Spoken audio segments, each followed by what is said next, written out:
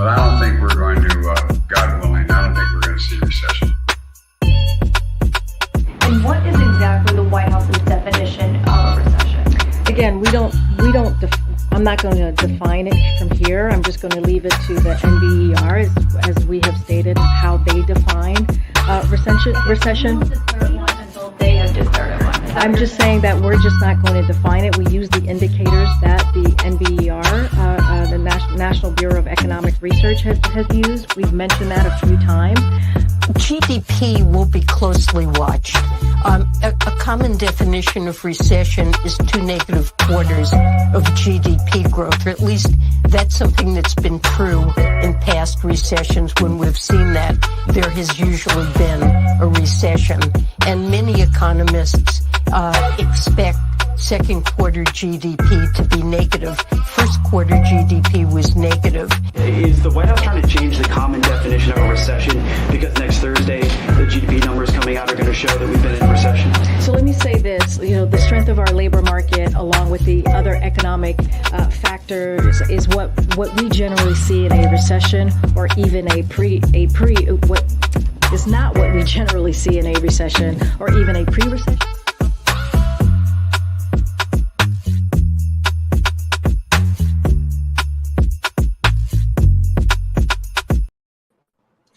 It's generally what we see it's not generally what we see in a recession. It is actually what we generally see in a recession, but we got to say that it's not.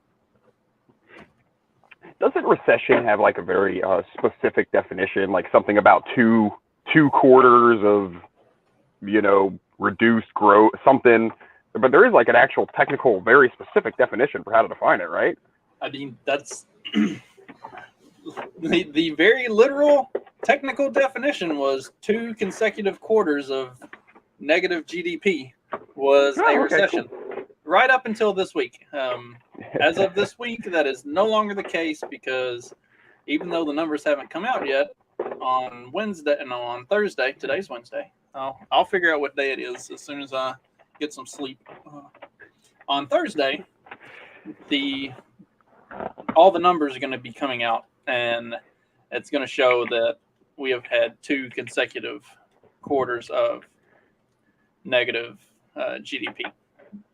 They call it negative growth, but I don't know how. I'm not sure how negative growth works. I guess I'll find that out as I get older. Once the older we get, we start to shrink. So we'll be learning about that negative growth here over the next couple decades. Yeah, math was never my strong point. Yeah. So is it too cliche to point out the 1984 parallel here with like Newspeak and shit? I felt like it was at one point, and then I realized that there's like a huge portion of the population that has absolutely no fucking clue what 1984 is or was, or whenever you refer to something as Orwellian, they don't know what you're talking about. So I stopped thinking that it was cliche to say it, just because there are enough people who are dumb enough that they don't know what that is. How do you make it through life not having read at least Animal Farm, if not 1984? It's funny. It was 2020 happened, and all the pandemic shit was starting, and I'm like, well, I guess I should finally read 1984. I did. Was like, oh, okay, yeah. A coworker of mine at the time saw me reading it, and I said, oh yeah, said something about reading fiction. He's like, that's fiction? And like, I laughed because that's like the joke, right? Is it's not meant to be an instruction manual. But then like he was serious. He like looked at me like he wasn't like laughing, and I'm like, oh, you're serious? He's like, yeah, I thought it was a nonfiction book. And I'm like, well, give it enough time, Yeah, it's just a catalog about the year 1984. It's I seriously think that's what a lot of people think, is that 1984 is just like a memorial to that year, and it has like a chronicling of the things that happened in 1984. They think Animal Farm is a children's book. I think that somebody gave me a copy of Animal Farm when I was very young. And I don't know, I think that was the case, because they just thought it was like a children's book. I remember starting to read it and being like, what the fuck is this? I was too young to know what the fuck, they were getting at. But I remember trying to read it and being a little surprised that it wasn't like a children's book when I read it, I mean, it's not a particularly long book, but it's, Mark it's and a I dialogue you're not used to as a child. That's all. well, like Mark and I have done a few episodes where we've talked about like fiction and books and stuff like that, and literature, and like, it always kind of surprises me just like how little people read. Like, I think you and I have talked about like Heinlein before, like Starship Troopers and some of his other stuff. Like, there's a lot more to his writing than it just being like about literal space soldiers. Like, it's yeah. And it's like one of the purposes supposedly of him like writing Starship Troopers was to give, let's say, people like us who might not be huge fans of the military, or let me not speak for you, but for me, to like for them to say like, hey, like this is sort of what it's kind of really like for the troops, maybe don't be so hard on them kind of thing. Which, definitely gets, and I've had people tell me that reading that book has given them a different outlook on the military, and not like, not turn them into warmongers or anything, I don't mean it like that. But yeah, man, when I started reading fiction, like really a year or two ago, and especially Heinlein, yeah, it really is, as somebody who reads a lot of nonfiction, like, be like, oh, wow, you can actually get your point across better and easier with fiction, in a lot of cases. Well, and that was the really cool thing about the older fiction writers, like Orwell and Heinlein and J.R.R. Tolkien and C.S. Lewis and a lot of those.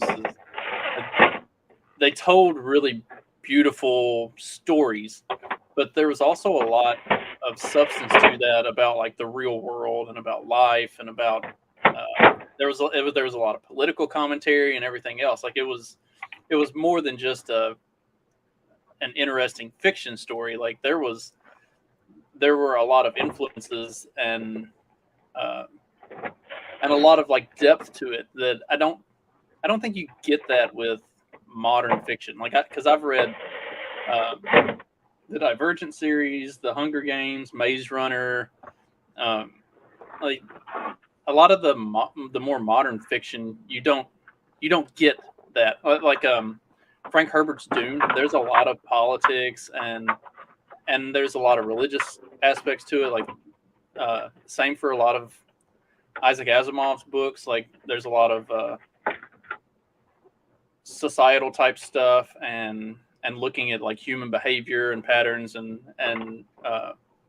religion and politics in that. Like there's a lot of depth to those writings that just doesn't exist in modern stuff. Like the modern fiction is just like fantasy stories or stuff like that, like or sci-fi for the sake of being fantasy or sci-fi. Like there's not a lot of there aren't a lot of layers to it. I don't think anyway. Maybe I'm not seeing them, but maybe I'm looking for something even deeper than what they're writing. But I just don't get it.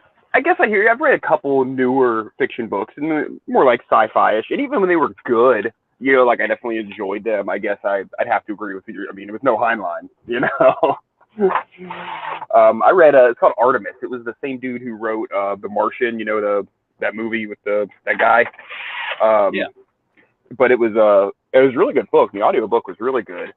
But yeah, I mean, there wasn't anything, really profound about it. It was a cool story, but it wasn't like after I read Heinlein where I'm like, oh wow, I have to sit and think about this for a day, because that was something. Like when I finished like Stranger in a Strange Land, I was just like, wow, that was fucking incredible.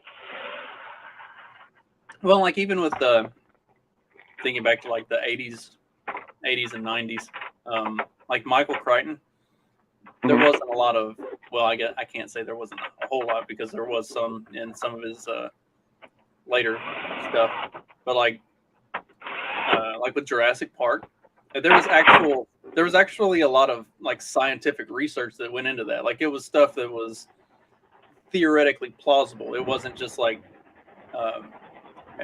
something that Mark, Claire, and Remzo talk about on the Second Print Comics podcast is sometimes in comic books and stuff you have because comics moments where like there's not really a good explanation for something happening other than because it's comics.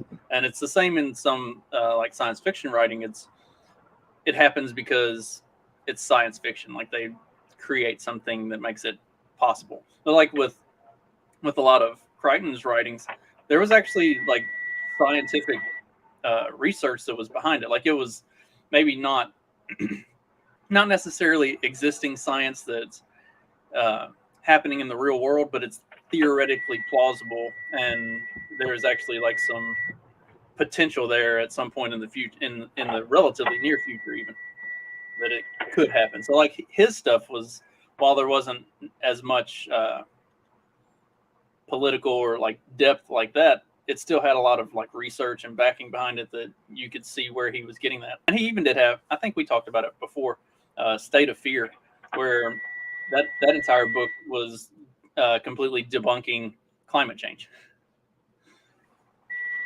Well, that's one of the reasons I like sci-fi too, because I have a hard time with I think the technical term is the suspension of disbelief. You know, when I watch movies or something. It's one of the reasons I like stupid comedies, because I don't have to believe it. I know it's a stupid comedy, but like with sci-fi, it's so easy to be like, and they point this out in that movie, Thank You for Smoking. He's like, oh no, easy, one line of dialogue. Oh, thank God we invented the whatever machine, and then boom, you know, okay, I can buy this now. You know, that's why like I have a hard time with like fantasy. It would start getting like magic and shit. I'm like, you know, but really, what's the difference in just making up some machine that does something? You know, it's still basically magic, but it's an explanation I can at least, you know, okay, cool, it's in the future. It's technology that doesn't exist yet. I'm cool with that, you know? I'm glad you mentioned that movie. I feel like that's a really underrated and maybe like not even widely enough known movie. Thank You for Smoking. Like, yeah, for anybody who like happens to watch or listen to this, well, I guess you only watch it since I don't put it on any podcasting apps. Like for anybody who watches that hasn't seen Thank You for Smoking, it's based around like smoking lobbies and keeping them out of trouble. And it's kind of like around like when Big Tobacco was getting sued and everything, and like I know it's kind of condensed down to like have this one particular character when it definitely wasn't just one person doing it, but it is sort of, you know, based in some level of reality in like how they went about kind of making smoking popular and ignoring all of the health, the negative health consequences of smoking. Although there are studies that show that smoking in some level of low moderation does have health benefits, but that's neither here nor there. But like, put some hair on your balls. have we talked about that? So there is like smoking like 2 cigarettes a day. It's a similar phenomenon as like lifting weights. You know, it's like the muscle tissue is breaking down and then it's building itself back stronger. So like smoking like a couple cigarettes a day, like obviously if you're smoking like 2 packs a day, there's a good chance that's going to kill you. But if you only smoke like 2, maybe 3 cigarettes a day, it's putting that stress on your lungs that it's acting like lifting weights. It's stressing your lungs out, and then especially if you like don't smoke every single day, like if you take days off and smoke 2 or 3 here and there, like where you're going with this, it builds your lungs up stronger. So, which actually I thought about this when I was reading the study on that. It's like, you know, when I was between my freshman and sophomore year of high school, I ran in a 5K in South Carolina and placed 3rd in my age bracket. I'd never run a 5K that fast before. And at the time, I was running, working out, playing basketball all the time. But I had a job working at a grain elevator, and I'd smoke a couple cigarettes, 3 or 4 days a week, just out working with the maintenance guy and stuff. And that was the best 5K time I've ever had in my life, was when I ran that summer. And it's like, in hindsight, like, well, maybe that kind of makes sense. Yeah. Yeah, I get down with that. Let's see. We've talked about a whole bunch of other stuff other than the normal or the topics that I had for today. But I think it's been good conversation. Corey seems to be enjoying it. Check over in the chat. Yeah, what up, everyone who's there? Hey, Corey. I see you. Why another GDP decline may not mean the U.S. is in recession. I've seen at least half a dozen of these articles. One quarter can just happen for weird, quirky reasons. But then 2 or 3 happen, and you're like, okay, there's something going on. Well, we're not going to be in a recession because the unemployment rate is still one of the lowest we've had in history with 3.6%. I think we've talked about the unemployment numbers before and what a crock of shit those are. They've also been talking about consumer spending is up, which of course consumer spending is up. Inflation is at 9.1%. People have no choice but to spend more money. Like all the metrics that they're using for this are fucking ridiculous. And especially when you look at the fact that the stock market is down 20%. Mortgage rates are doubled. The Fed has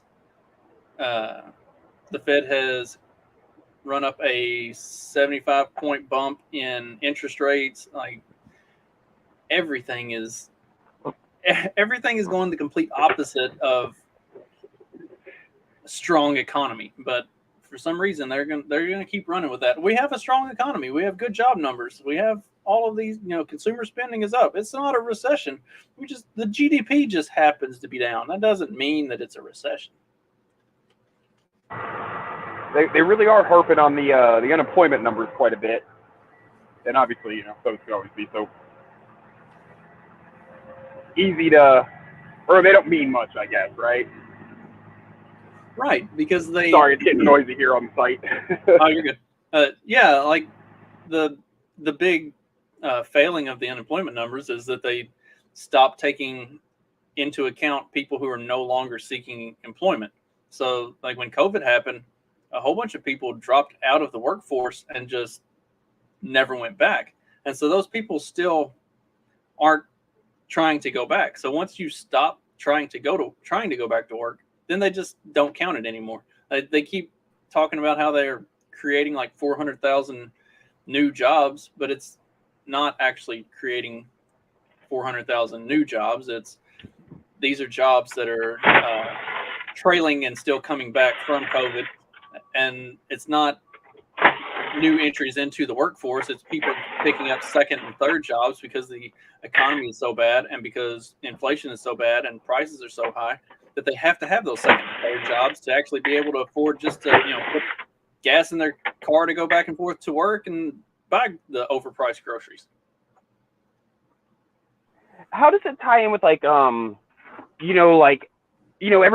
works like a gig kind of job? Like that's not like a W-2 kind of thing. So do they even get counted? Yeah. So traditional job, I don't know. The traditional way people have had jobs has just changed so much in the last few years. So that's one of the ways that the unemployment number gets really excuse me, it gets really skewed is the gig industry. Nobody in the gig industry works one job. They all work 3. So it skews the unemployment numbers in that they count all 3 of those jobs as if it's 3 different people, not as if it's one person working those 3 jobs. So all of the metrics, and there have been articles and stuff written about this for years. Like the way they calculate the unemployment rate is, it's the same way that they calculate inflation. Like they throw out certain numbers that they don't like. They find certain demographics or certain metrics that they're looking for to make the number look good, and then they cook the books on all this shit basically just to make it look however they want. Like I think Johnny was talking about it on Peddling Fiction when we were recording yesterday that they say that inflation is at 9.1%, but the real inflation is probably more like 17. But the way they do their calculations is they use Common Core math basically. Yeah, it's just one of those things that they can manipulate any way they want. And people are too dumb to know or care, and it just depends on who's in office. You know, if the unemployment numbers are high or low when your guy's in office, oh, it's because of whatever reason.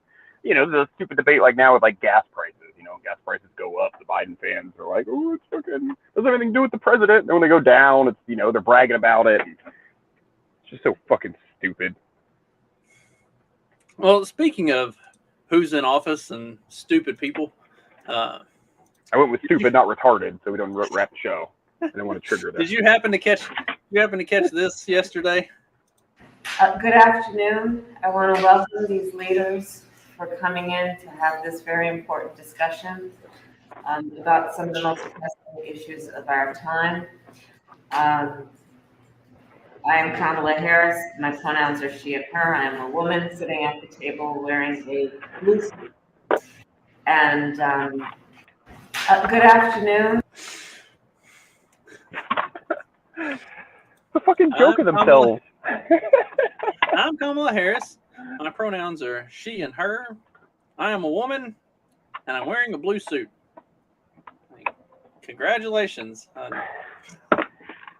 Oh, it got worse because they continued to go around the table, and everybody else then said, "Hi, my name is Lydia whatever.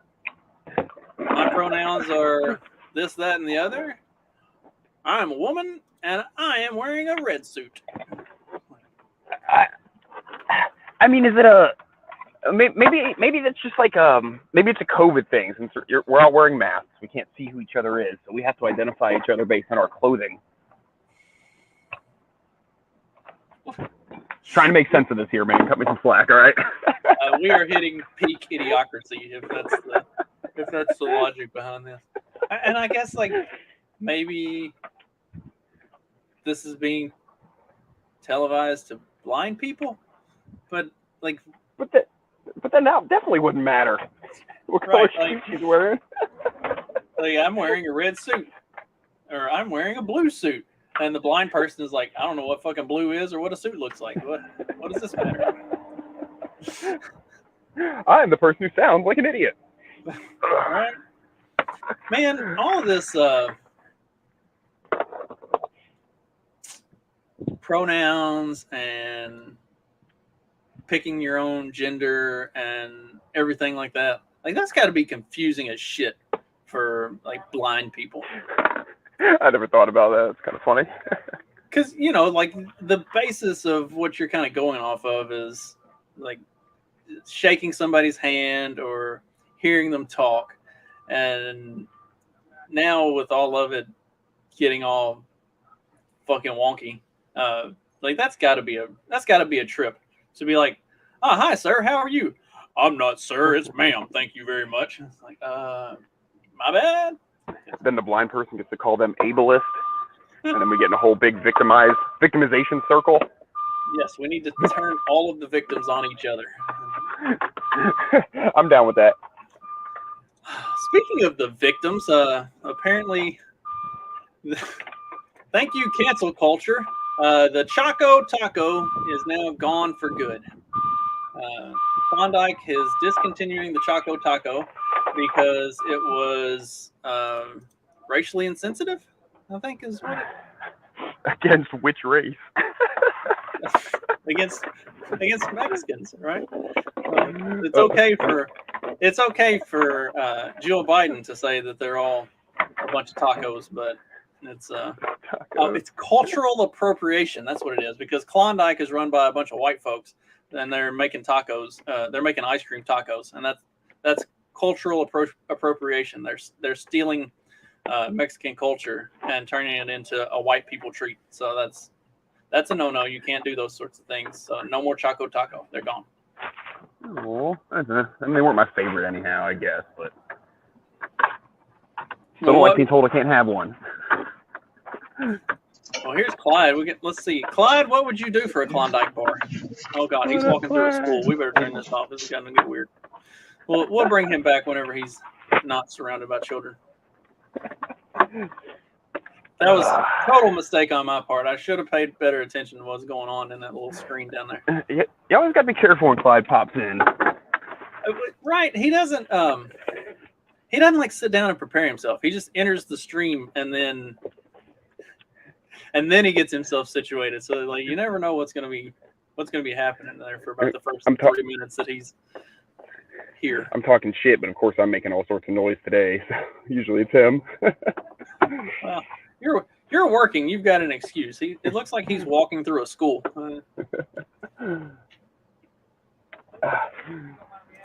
Yep. Just trying to make sure we get a show together for these fine people. For Corey. Up there, I see his face now. Let's see what. Are you here? Are you with us? Nope. He's on a playground again. No, parking lot. Even better. He is. Clyde, what would you do for a Klondike bar?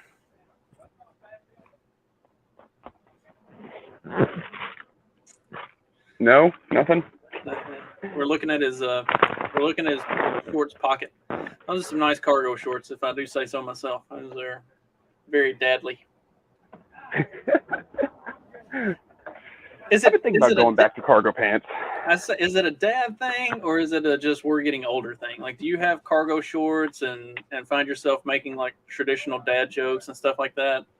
Or is that... Definitely a lot of stereotypical dad stuff, but not the cargo thing. I wore cargo pants and shorts like almost exclusively when I was like, I don't know, late teens, because I needed the pocket space for my cigarettes and drugs and bowl and, you know, big, huge cell phone and all that stuff. But I haven't worn any cargo pants in a while, and I've been considering going back to it because I'm not ready for a fanny pack, but I want more storage space. It makes sense. I mean, I don't know how women wear the pants they wear. Like, I guess it makes sense that some of them carry like a giant duffel bag and call it a purse. Like, I do the laundry and sometimes like my wife's pants will be inside out or something when they come out of the dryer, and so like I'll go to flip them back around and tuck the pockets in, and it's like I get like my fingertips in the pocket. I'm like, there's nothing here. Like, you're supposed to be able to, like, I can stick my whole hand and wrist down in my pocket and root around for stuff. I'm like, with hers, I can't even get my whole fingers into the pockets. Like, what's going on? Who is making pants like this for literally anybody? Like, pockets are meant to be used. Or she even has some pants that have like fake pockets on them. Like, they have back pockets, or it looks like a back pocket, but there's not actually a pocket there. All right, maybe he's back. Yeah, let's try this for a third time. Clyde, what would you do for a Klondike bar? Things I can't say on National Public Radio. So I guess he really likes Klondike bars. Or really likes doing gay shit. Probably more the second part of that. Do you think? I feel like do they know? Do we know why they took it down? Why they're getting rid of it? The Choco Taco? Yeah. It's cultural appropriation. Well, that's what I'm feeling like between, you know, the whole tacos being, you know, appropriated, the whole fact that there's no such thing as a damn hard taco, right? You go to Mexico, everything's a soft taco.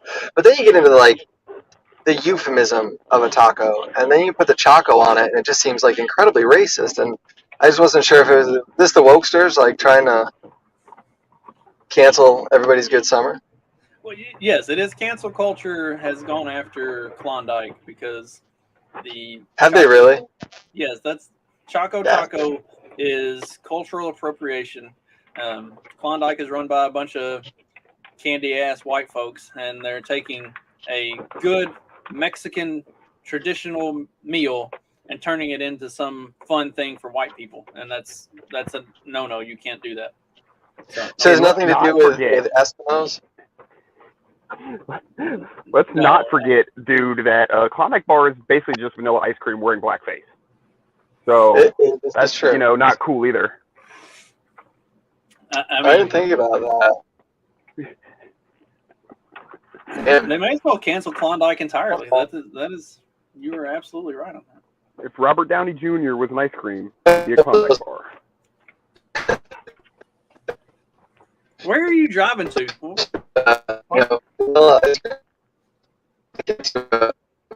And then driving home. I'm gonna do some chores, and then I'm gonna go pick her back up. You should have stayed in the parking lot. We actually had a good signal there. Now you're driving out through BFE and you're breaking up. So I've got things to do, man. I have so much to do. I'm leaving tonight to go up to the Democratic People's Republic of New York, and so I got to do a bunch of stuff around the house to get it.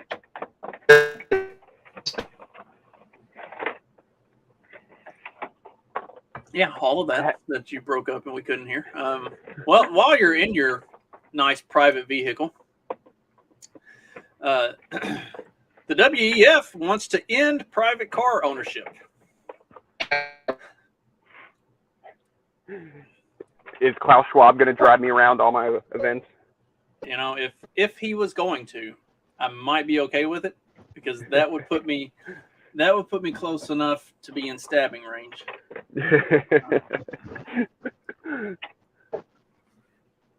I would say I'm not normally violent. Person, that's all.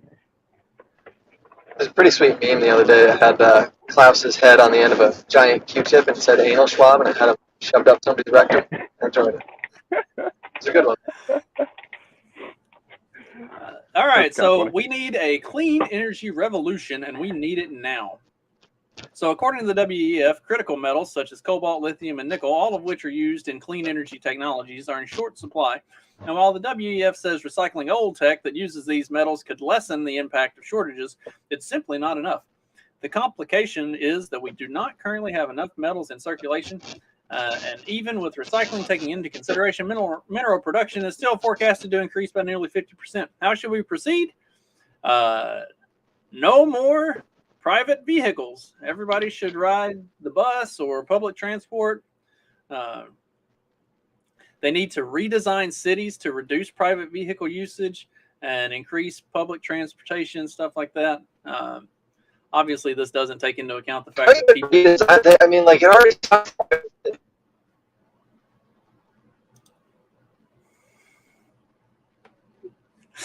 We caught none of that, dude. It was like... Blah, blah, blah, blah, blah. Yeah, no, I feel as much. Like, how are you going to make driving in the city any worse? I mean, if you ever lived in a city with a car, like, we lived in New York for 2 years, okay? It was impossible. You had to change sides of the road every 2 days so they could sweep it. I parked on a corner one time, freaking bus ripped off my bumper, right? I go out, I picked the bumper up, I put it in the car. I get a ticket for $250 for not having a bumper on my car. I'm like, what the hell is it? Like, your public bus ripped my bumper off, and now you want to charge me for it? Like, oh my god! And I put it all in the window with the windshield, so it's like, here it is, guys. Like, I'm not, you know. It would be funny if the bus driver is the one who's getting a ticket. Like the bus driver takes off the bumper, stops the bus, gets out, puts a ticket on your car. Oh fuck! But I mean, we talked about this a little bit the other day when we were talking about trains.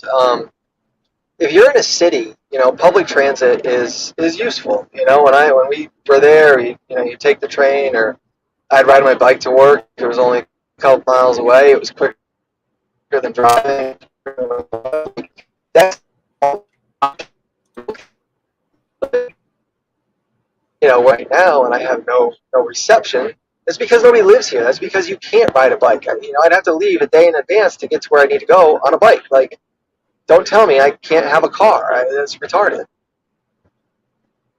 How far do you have to go?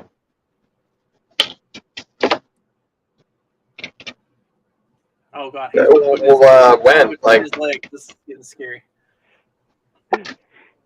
How far do you normally have to drive? When you drive, I gotta go. When I go to, it's like 15, 20 miles. Oh, that's not bad. It's not that bad. No, it's not that bad. There's it's not a big city. It's a small city. It's not really a city. I'd call it a big town, but they call it a city. You know, like 15 miles from my house. So that's, you know, we have all our stuff there, but if I lived any further out, I mean, this is the closest thing going. There's lots of people that live further out, you know? You want to drive down the road on their tractors? Because that's what they're going to be doing. You can bike that in an hour and a half easy. You just carry you a giant backpack. You ride your bike to the store. You load it up with all the shit that you need, and then you ride your bike back home. It's good for you. You get more exercise. You're going to live forever, and you're going to save the planet, Clyde. So you can live forever, and the planet can live forever. And then I smell like ass, and everybody around me is going to smell like ass, and they're all going. They want us to be Europeans. You know, they've been pushing this like, why do you need your AC? Turn the heat up. You know, it's like just because Europeans are okay smelling like, you know, rancid cheese doesn't mean we have to. You know, I brush my teeth. I take a shower. Like, I do these things. Most people do. You know? Dude, did you hear that about, like, recently they took a poll of, like, British people, and it was something like 30% of them, like, only brush your teeth, like, once a week or something. And they're like, we just forget. Who can remember to brush your teeth daily? Jesus Christ. Yeah. I don't know, man. That's gross. That's gross. Yep. Wow. I don't even. Wow. Well, you know, you can really make it extra pain in the ass where you can do the thing where, you know, you ride your bike, but then if it's too far, you wait for the bus and you put your bike on the bus and ride the bus and then take your bike off the bus and ride your bike to the rest of your destination. You know, that's certainly not cumbersome or a pain in the ass. I've only ever seen people do that on TV. I've never actually seen anybody, like, do that to other people. Make everybody wait. How many people you think get run over while they're getting their bike on and off the bus because the bus driver doesn't pay attention? The bus driver just doesn't care. He's like, yo, I'm late. Get out the way. Keep riding that bike. Either pick one, bike or bus, dude. In Philly, the buses had like a rack on the front, so they would like they'd put their bike on there and then they'd get on the bus. Do you think anybody would like steal a bike off the front of the bus, like while the guy's on the bus? You know, the bus stops, the next stop, dude just like runs by and grabs a bike. Man, that would be ballsy. Dude, you've earned it. If you steal the bike off the moving bus, you've earned it. That's all I'm gonna say. Yeah, that would be like, that could be like a fun joyride. There's some situations in life where it's like, yeah, that was definitely criminal, but he kind of deserved that one. Like, just let him have it. Oh yeah, I definitely. There's some things. It's like, all right, you know what? Props. You know, I'm kind of that way with some graffiti. You know, like I'm not down with vandalism, but some of it's just so goddamn impressive, and you know, I don't care about what the fucking side of the train looks like anyhow. So. Graffiti's kind of on like a huge overpass or something. And it's like, how did they even get there? Like, where's the body? Yeah. Imagine that, because they got to be sometimes they got to be painted upside down. You know. Or they've got a pretty impressive like harness and rope setup where they can like carabiner down or do some like spelunking or something. How do you not get caught doing that? Yeah, like even if you're doing it in the middle of the night, like there's traffic all night. You can't see. Like you can't see, or you got to get light somehow, and that's going to draw attention. Like, no, it's probably an op. It is a government op to make us feel worse about where we live. That way we want to, or that way we're depressed and we're miserable, and then we have to take medication and all kinds of other stuff. It's an op. Everything's an op. Everything. Literally everything. Well, the older I get. Go ahead. As the older I get, the more I just see everything as an op, whether I'm right or wrong. But hey, I heard someone say this once, and it stuck with me ever since. Not everything starts off as an op, but everything becomes an op, you know, which is definitely the truth. Well, speaking of something that became an op and also talking about bicycles and criminal activity, Antifa declares war on Oregon motorcycle clubs. Did y'all see this? I think it was like middle to late last week. Oregon Antifa decided they were going to go after this motorcycle club because it's a bunch of ultra MAGA white supremacists. Racist. So they were going to show up at this club and like cause trouble. And then when they got ready to go, they found out that all these bikers have guns and were prepared to not call the cops on them if they showed up. So they canceled their protest at this bike club. But now they're wanting to go after like a different bike club. It's like I can tell you how that's going to work out. Yeah. And not a lot of the foresight here is just non-existent. Okay, so I kind of have a theory on this. This is this is some Darwinism. Like this is the putting into practice removing the warning labels and letting nature take care of itself. I say, don't stop them. Just let it play out. See what happens, and may the chips fall where they may.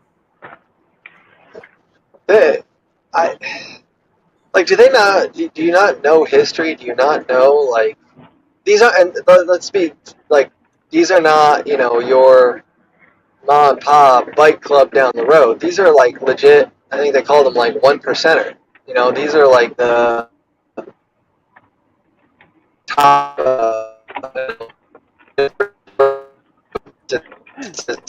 objects that. Oh, Clyde. Do it for 50 years. Like you're not. You can't monologue when you're driving through the middle of the woods. It doesn't work. You should have stayed in the parking lot. I'm almost there. He's so close. Let's see. Originally, Antifa groups began rallying members and supporters to join a counter demonstration for the Take Action Tour event that was being held at the Honky Tonk Bar. They characterized the venue's gathering as racist and catering to both fascists as well as white supremacists. The event was marketed by the bar as Hero Appreciation Day, complete with a dunk tank, bike show, eating contest, live music, bouncy house, family-friendly karaoke, and free hot dogs.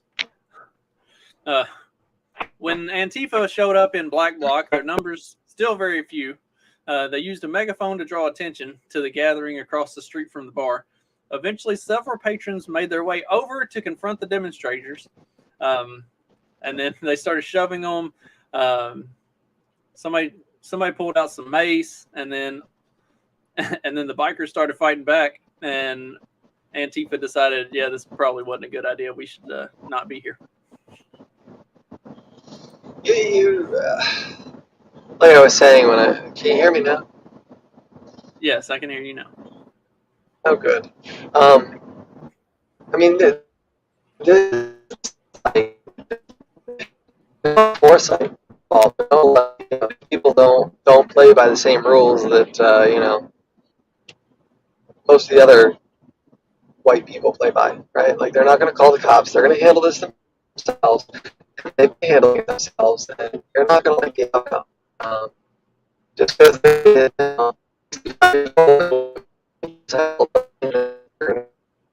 over like senior citizens, they're going to beat this out of you, and it's not going to be pretty.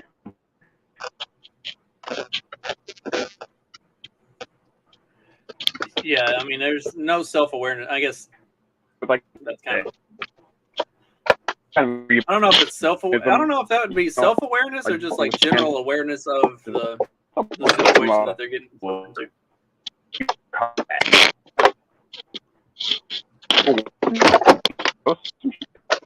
Now Dag's breaking up. Everybody's breaking up. I'm gonna drive to Michigan and kick Mark's ass.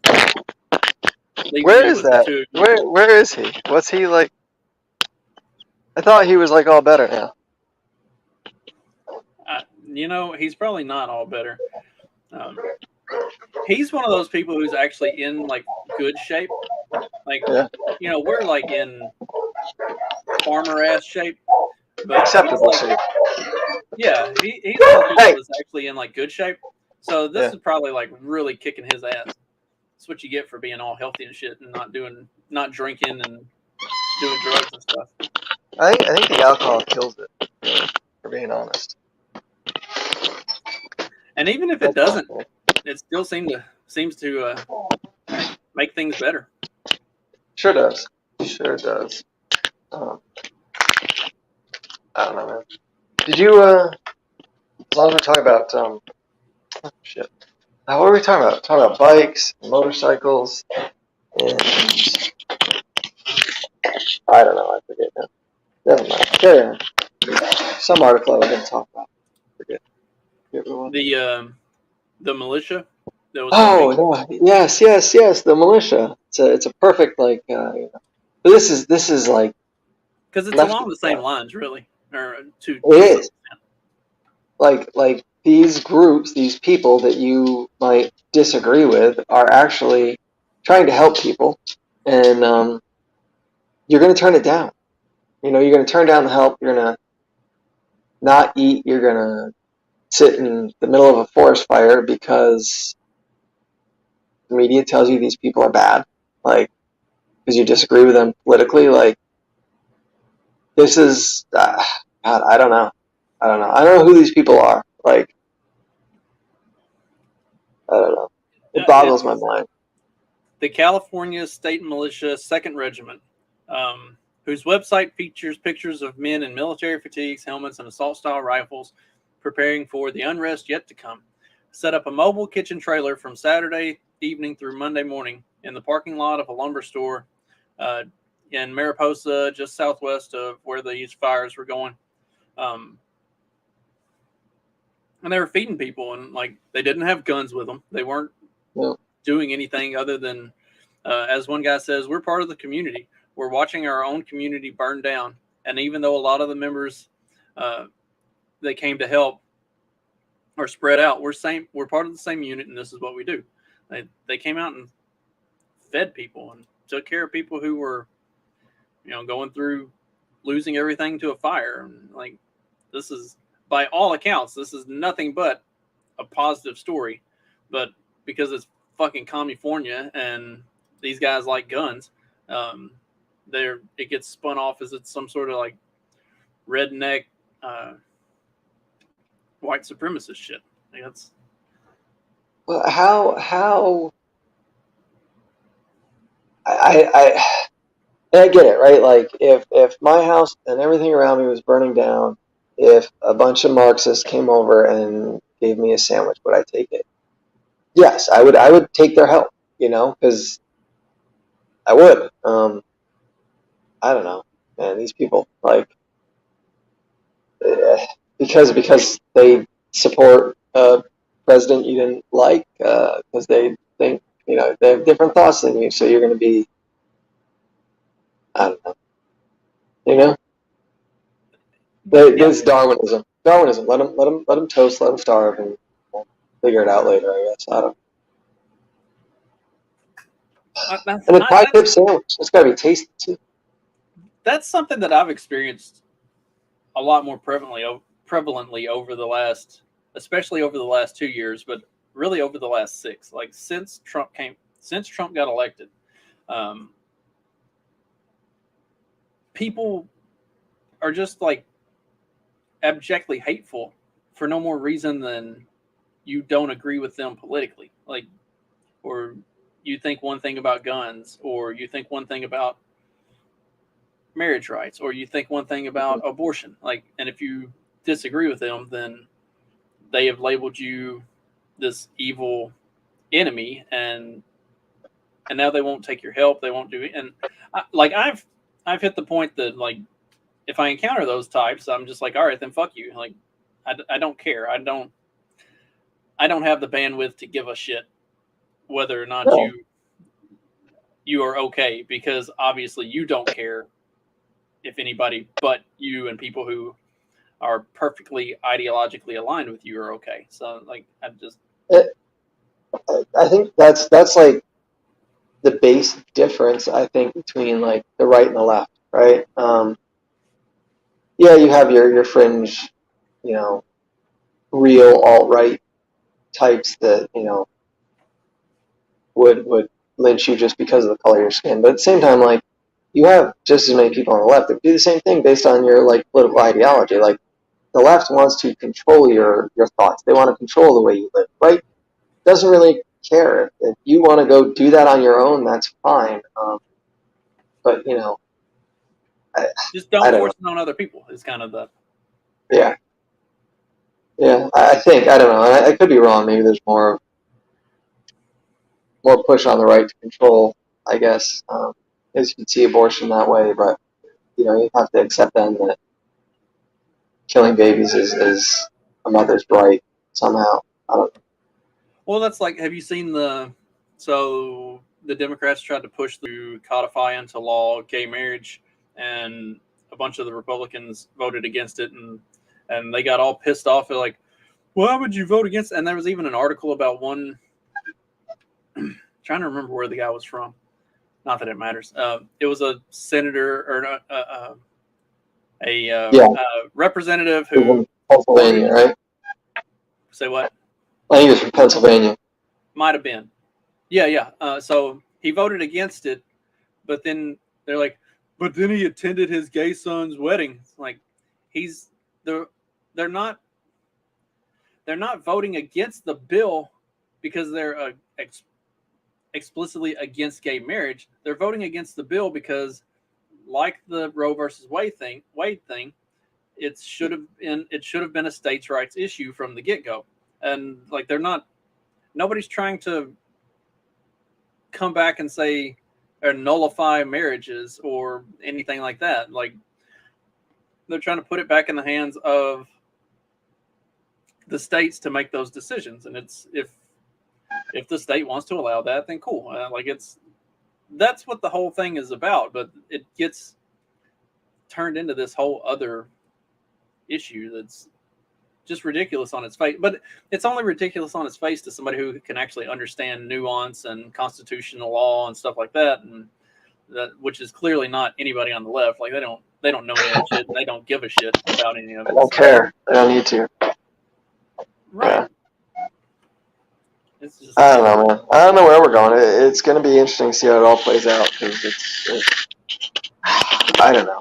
I feel like it's got to come to a point at some time, whatever it may be, unless this Great Reset thing just kind of supersedes it all, But there's just such a difference of opinions and a difference of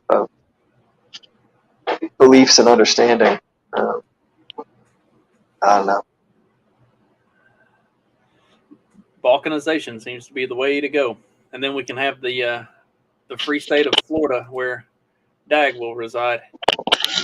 Yeah, but then you get like the big mother country, like Russia come in and invade, just like nuke you all to hell. They make this argument: would China or Russia or anybody actually bother attempting to invade if the country balkanized? Because it's not like suddenly there aren't 300 million guns in the country. Like, I mean, everybody, like, that's at the point of balkanization. Then you're going to have like local militias and stuff like that, which are going to be more heavily armed probably and just as ready to defend their territory. And I mean, yeah, if y'all want to nuke California, fuck California, go ahead. But you're not making it to Georgia. You're not making it to Indiana. Like, what? Right, and at that point, like, these are countries that are like half the globe away. If they launch an attack on Delaware, something tells me Maryland and New York and Jersey and Pennsylvania and other places, like, they're not just going to sit back and say, okay, cool, you can have Delaware. Because there's it's not like this country shares a border. It's not like this land was questionable and in dispute. Like, no, this is a totally other continent, Right.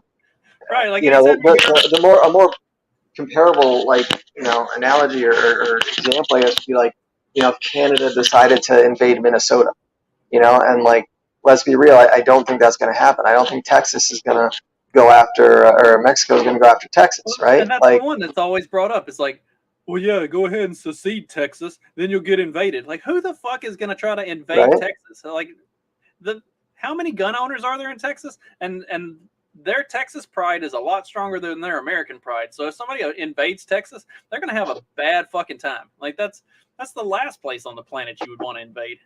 Like, that's almost as dumb as invading Afghanistan.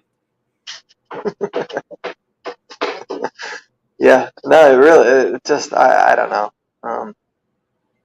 People don't think. People don't think at all. It's just a reaction. Everything's knee jerk these days. I don't know if it's the ADHD media cycle or social media, or everybody needs to have an opinion right away or what. But man, just everything's knee jerk.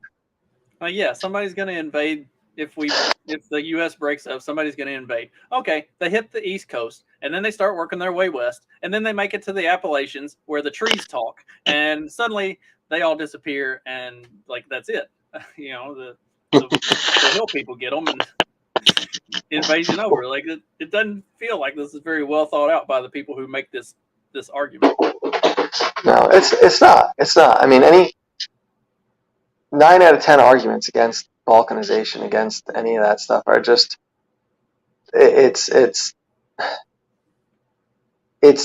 rooted in this idea of America, of this great nation that, you know, bound these 50 states together and, you know, is a beacon of freedom and democracy, right? Like it's a romanticized vision of something that doesn't exist, that isn't real. It's not there. And that's all they have. And so when you do that, you know, of course it's going to be not falsified, but not real, you know. See, I think the problem is that, and it's similar to the reason that the Civil War was a necessity for the North.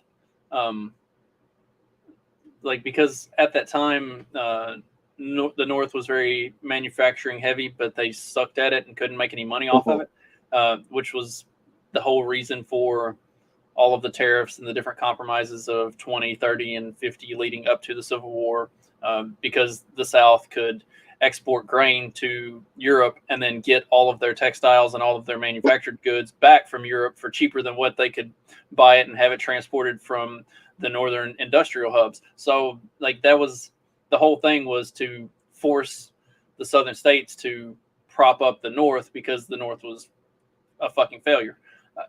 In the event of balkanization, that's the whole game, is that all of these blue states are going bankrupt. The blue states are the ones that are the most susceptible to invasion or something like that, because it's the coastal soft spots that are the easiest targets for invasion, and they are completely reliant on the U.S. military. If there is no U.S., there is no U.S. military. Now they're all fucked. Haven't you seen the Occupy Democrats meme that totally negates that? It says every red state is a welfare state, and all the red states live off of blue state money and all that. The statistics. I hate Occupy Democrats. That is the worst organization, or whatever you want to call it, out there. I swear, they're every time I see something they put out, it's like horrible. But I don't know. Is it because the people who are running Occupy Democrats are just like completely fucking retarded?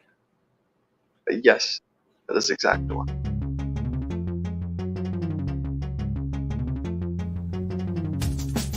Because democracy basically means